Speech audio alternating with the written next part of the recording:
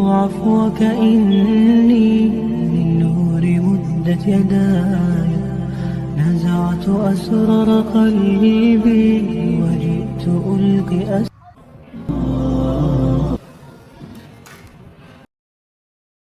على ربى الأنس شيدنا مدارسنا بالآي نروي فؤادا كان عطشانا أهلا وحبا وتشريفا بمقدمكم بمدرستهم دار السعد ألوانا على ربى الأنس شيدنا مدارسنا بالآي نروي فؤادا كان عطشانا أهلا وحبا وتشريفا بمقدمكم بمدرستهم دار السعد ألوانا بمدرستهم دار السعد ألوانا هنا نرددها الآيات نحفظها قرآننا آلق والقلب مزدانا هنا المسرات لم تبرح ملامحنا هنا الرضا ما توارى عن حنايانا كتاب ربي تدارسناه في شغف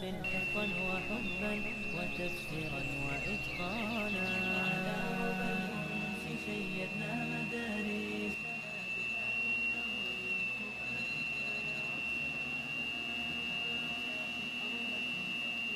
His plan was, he wanted human beings to come on earth and he wanted them all with the proper bending for ruku and sujood and sitting with my toes facing the qibla. I want him to be of this and I want him to whatever. Guess what? That guy is there. I can show you who he is. But the problem is, he's not looking for someone like you. That's the problem.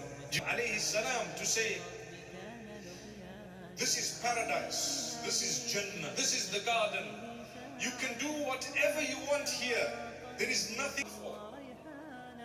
When you wash yourself 5 times a day to pray, you don't even know how. And inshallah, we're going to strengthen ourselves. Inshallah, we're going to appreciate. We have a favor of Allah.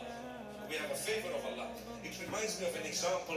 We were asking kids to say, give an example of how you think the Ummah is treating Islam. A person who has a Rolls Royce but still wants to drive their Prius. I'm thinking, what did you just say? A person has a Rolls Royce and still wants to drive a Prius. I said, but maybe they want to be in my mind. But he's an elderly man. I let him have his piece and I stopped. And there were people walking with me like almost like bodyguards, you know. I said, no, move away. This man, let's listen to what he has to say, elderly man. And he said his piece. I said, Uncle, I love you so much. Well, do you really think we don't care? Do you trust me? If you don't trust me, don't follow me, don't listen to me.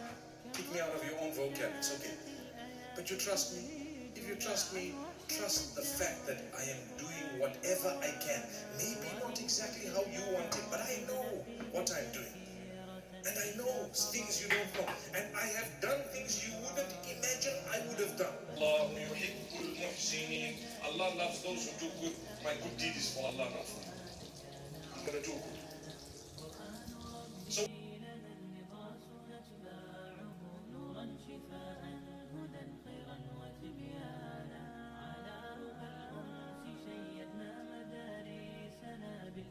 So with our bad habits, my brothers, my sisters, again, look at anything. When it comes to the Quran, khayrun nas al-halul murtahilu. You look at what the Prophet ﷺ says, the best of the people are those whom they recite the Quran regularly, and when they finish, they start again. When they finish, they start again. When they finish, they start again. Subhanallah. Look at the Sunnah fasting every Monday, every Thursday. So you tune yourself. You will know. Many of us don't even know it's a Friday. We've lost track of. Alhamdulillah wassalatu wassalamu ala rasulillah amma ba'd. So what we want to understand here is that we're not against the worldly means. This is a very important concept. It's not that we want to leave the means.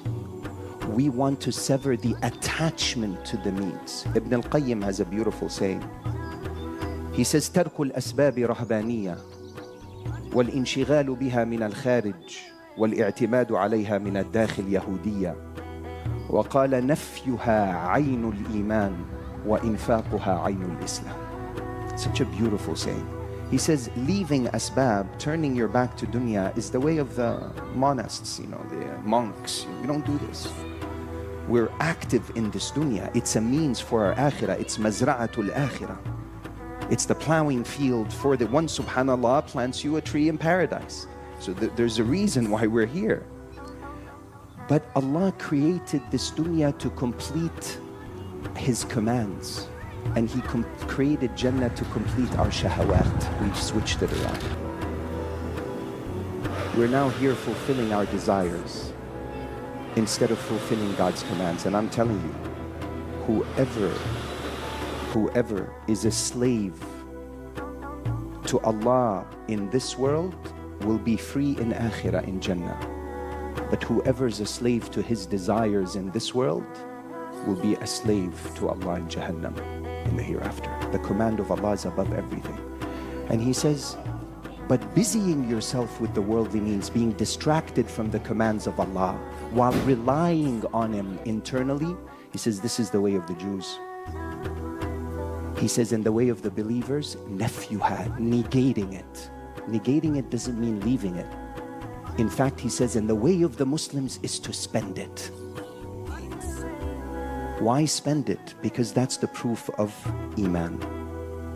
If you hoard onto it, then you don't really trust in Allah subhanahu wa ta'ala, do you?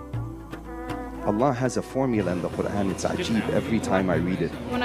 He says, لِيُنْفِقْ ذُو سَعَةٍ مِّن سَعَتِهِ. And then He says, وَمَنْ قُدِرَ عَلَيْهِ رِزْقُهُ فَلْيُنْفِقْ مِمَّا آتَاهُ اللَّهُ. Ajib. He says, whoever's tight financially, let him spend. Says, usually if I'm tight, I save. See, the human formula is 1 + 1 = 2. That's not when you're dealing with Allah. With Allah, we deal with Him with full yaqeen. 2 - 1 = 1. I have $2, I spend $1, I'm left with $1. But the system of Allah is 2 - 1 = 3x. Wa azid. And I give more. It's a different system. It's unseen. You've got